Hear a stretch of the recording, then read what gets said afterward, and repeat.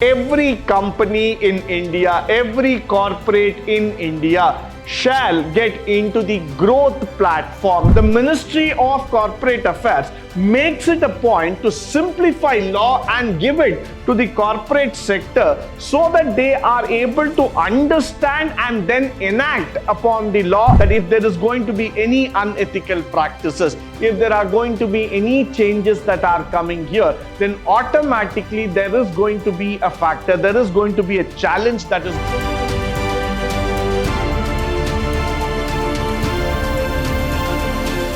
Good morning and welcome to the session 3 of Unit 5 in Company Law. And here we are going to talk about the Ministry of Company Affairs and the setup and scope and objectives altogether. Now, the Ministry of the Corporate Affairs or the Company Affairs is a very, very important body that governs all the activities in terms of the business altogether. Now, without this ministry, it is not possible for us in terms of governing the company law altogether. Now, moving forward, let's first try to understand the ministry's vision altogether. To facilitate corporate growth with enlightened regulation. Now, look into the vision statement itself. To facilitate the corporate growth. So their basic ideology is that every company in India, every corporate in India shall get into the growth platform. That is very, very important. We need to grow the companies. The aim of a company law is to see that we are able to promote growth altogether. We should not be in a position where the law becomes a barrier or the law becomes a challenge altogether. So we have to facilitate the corporate growth with enlightened regulation. Why are we bringing in regulation? What is the purpose of regulation? Why is certain laws and rules being brought up for companies? That is very important. So you need to make the corporates understand the importance of law. You need to make every single entity understand the importance of company law. Then only they will be able to understand the action behind it, the entity, the organization behind it. Why is that particular scenario being set up altogether? Now, the mission of the ministry is that to be responsive and sensitive to the changes in business environment and suitably formulate and modify the corporate laws or regulations from time to time. Now, the aim of the Ministry of Corporate Affairs, though they are a government body, though they are a separate legal body altogether, but then what they want to understand is that they want to be a facilitator of the company law altogether. They want to understand the dynamics of business that is happening in a day-to-day scenario, in a day-to-day event altogether, and modify the laws accordingly so that they will be able to go further and they will be able to help all the companies in terms of coming up. So that is why their vision and mission are so well defined that they want to actually facilitate the company law rather than just being a monitor of the company law.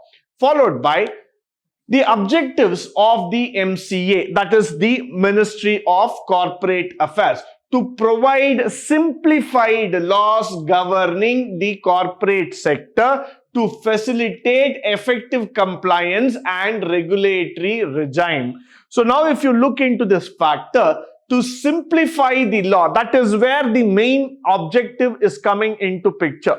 For many people in the corporate world, today the challenge is that how to understand the importance of the law. What is that law all about?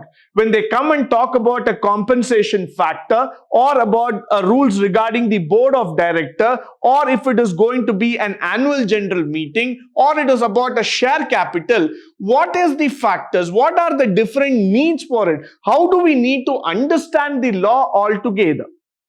So every time the Ministry of Corporate Affairs makes it a point to simplify law and give it to the corporate sector so that they are able to understand and then enact upon the law altogether, followed by the delivery of registry related services with speed, certainty, transparency and access to public information. Now look at the objective here very clearly. I need speed. I need the organizations to believe that yes, I will be able to respond back to you on any queries with the lightning speed, with the amount of speed I can come back to you. At the same time, it should be certain, it should be definite. Tomorrow, if a company is referring to the Ministry of Corporate Affairs on any doubts or query, the answer should be in such a manner that it should be certain enough. It should be solid enough in terms of believing, in terms of the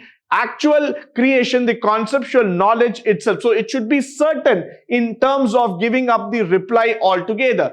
Followed by transparency, it should be completely open enough so that the company is able to understand the operations, the legalities behind it. Followed by the access to public information. Every single person out there should be able to access the information, should be able to understand how the ministry is working, what are all the changes that have been brought through. So in case if the public wants to raise an opinion, in case if there are some doubts, there are some clarity, there are some factors which has to be discussed altogether, it is always possible. You can log on to the website and you will be able to see the current changes that have been tracked altogether. Followed by the effective monitoring of statutory compliance by the company. So are the companies following the rules that is being set up by the Companies Act altogether? Now that is a very important factor. Why? Because just by creating laws or just by enacting laws doesn't mean that I'm going to follow it. Just by telling the company that there is a book and you need to follow the book might not be advisable. You need to monitor, you need to supervise, seeing whether the companies are following that law. The third point, to encourage the corporate sector to adopt good governance practices and corporate social responsibility. So what we are trying to do here is that we are encouraging the corporate factors to adopt to the corporate governance practices. What are all the best practices, the benchmarks that are available to us today in the market, in the given scenario? All those factors must be adopted by the company. They should follow all those acts. They should follow all that rules and regulations that have been told so that it is beneficial for them and also they are able to move forward in a particular track, in a particular manner altogether. Now that will actually create that corporate social responsibility and also drive towards creating a cleaning image, a complete image about the company. To promote investor education and awareness for the appropriate business environment and facilitate the growth opportunity. Today, when you look into people who are investing in the stock markets, almost every now and then you are able to see the IPOs of company coming up on the newspaper. But for an investor, he is actually confused about this factor, whether to invest or not. The reason is that he might not have the first-hand information about the company, their nature of operations, who are the people behind it, what kind of management structure they follow, or what is the nature of business altogether. So the role of the Ministry of Corporate Affairs is to educate the investor and make him aware about what is happening in the current business scenario. What is that people are expecting inside? What is that is growing inside in terms of the growth opportunity altogether? So that's why I would always say that their main aim here is to facilitate the corporate growth, the sector altogether. The next thing is that to develop capacity building and secure policy advisory support throughout the MCA. So the factor is that through the Institute of Corporate Accounting, through the governance factor altogether here, they want to gather support, they want to understand the movement, the activities of the company, the activities of every single entity that is going on so that they will be able to address the crowd en masse. Followed by the objectives of MCA also comes in Administration of Companies Act in purview to it to promote competition and curb anti-competition practices. And then if you suddenly start looking here also, the implementation that is coming out in terms of Competition Act, the factors that are changing in terms of the anti-competition and other factors that's happening in India. So most of the time, the Ministry of Corporate Affairs wants us to understand that if there is going to be any unethical practices, if there are going to be any changes that are coming here, then automatically there is going to be a factor, there is going to be a challenge that is going to happen, which is going to be a very big cause altogether. So that is why the Ministry of Corporate Affairs always wants to come into picture. They want to bring it under their lens, study what are all the changes, what are all the different governance practices and methodologies that are being followed by the companies. Moving forward, now look at the organization of setup altogether. The Ministry of Corporate Affairs has a three-tier organization set up for Administration of Companies Act 1956, namely the Secretariat at New Delhi. The regional directors are at Mumbai, Kolkata, Chennai and Noida, and 20 offices of registrars of company in the states and union territories respectively. 19 offices of official liquidators are attached to the various high courts functioning in the country or also under the overall administrative control of the ministry. Now look at the setup of the Ministry of Corporate Affairs. It is so well developed and so well managed in the sense that they have three factors, namely the Secretariat, which is New Delhi, followed by the regional directors who are located at Mumbai, Kolkata, Chennai, Noida, and the office of the registrars of companies who are located in the 20 states and the 90 and the union territories altogether. Plus 19 offices of the official liquidators of the company attached to the respective code are also available there. With this, they are the functioning completely in terms of running the corporate sector, and they take care of all the affairs that are happening in terms of the factors regarding administrative. So the Ministry of Corporate Affairs is of a very big institution, a very big organization, which tries to understand different functionalities altogether. So if there are going to be any changes, if there are going to be any factors that has to be addressed at any given point of time, they would be making that situation ready first itself so that they are able to go further and tell the people clearly what are all the challenges, what are all the changes that has to be followed by. Let's just talk about the corporate scenario today. If you look at the corporate scenario, the corporate firm is increasingly emerging as the preferred vehicle for the economic and commercial activity with the mobilization of public resources. Now, this is a very, very important point for each one of us to focus here. Though one side we say that the corporate is driving the Indian economy, how is it driving the Indian economy? Through the help of public resources. It is because of the public investment, these corporate companies are able to mobilize their share capital and they are able to work further.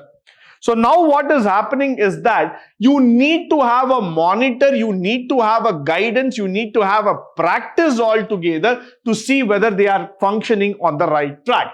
The number of companies has expanded about 30,000 in 1956 to nearly 9 lakhs as on date. Look at the growth, an exponential growth altogether, 30,000 to 9 lakhs. It's a very big growth we are talking about.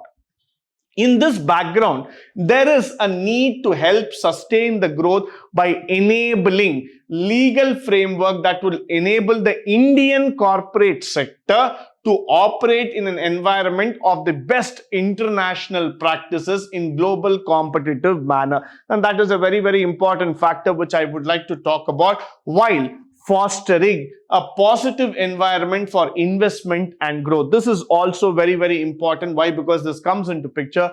The basis of growth of a nation is the quality that comes into factor. Why? Because quality is the most important thing that we are talking about. Effectiveness and the regulatory framework or the practices altogether. So today, when you start understanding this entire concept of building yourself in terms of the regulatory practices, in terms of understanding the work, how they are building, how they are taking it forward. So this is where you will be able to see that they are able to foster a very good practice, a very good system altogether. They are able to go and tell people clearly that what has been happening, how the changes have to be adapted, how you need to serve the public, what are all the transparency and the ethical guidelines that you need to follow today so that you are able to understand and go further.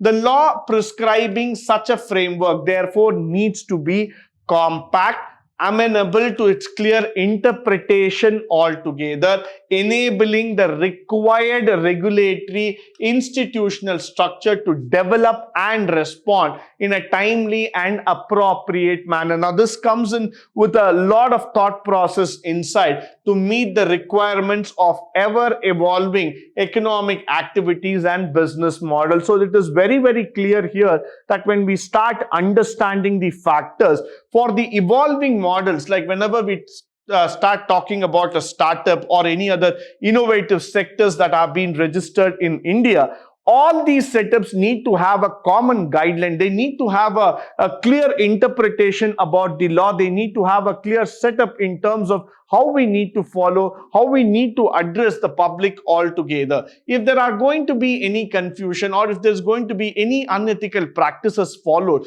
that will have a larger impact on the companies. So the upcoming companies will definitely get affected because of this sector altogether. So that is why it is believed and it is mandatory. What we like to say here is that they have to follow certain set of practices, certain set of delivery methodology altogether, so that they will be able to constantly bring in a benchmark in terms of the company law.